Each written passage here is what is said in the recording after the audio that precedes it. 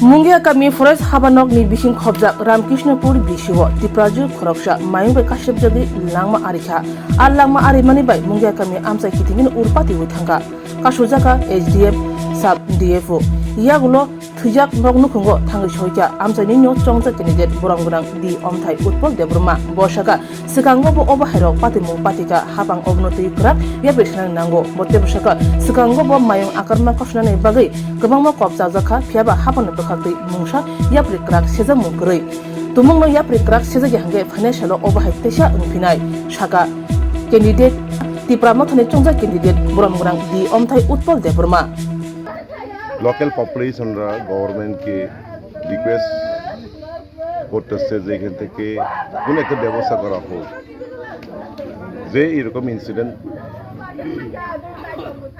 Should not happen কিন্তু government কোনো initiative নেই না I think it is time that government should think seriously. It is time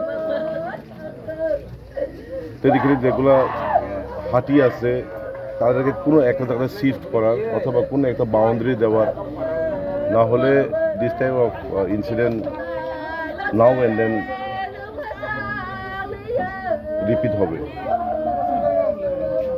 আমি শুনছি যে আগেও মিটিং হয়েছে এই ব্যাপারে কিন্তু গভর্নমেন্ট কোনো ইনিশিয়েটিভ নেই না। এখানে আমি একটা কথা বলবো দিস ইজ নাথিং পলিটিক্যাল। এখানে যারা আছে সিপিএম এর লোক আছে, কংগ্রেসের লোক আছে, বিজেপির লোক আছে। I think the government should think for a permanent solution. Otherwise, this type of incident will keep on repeating.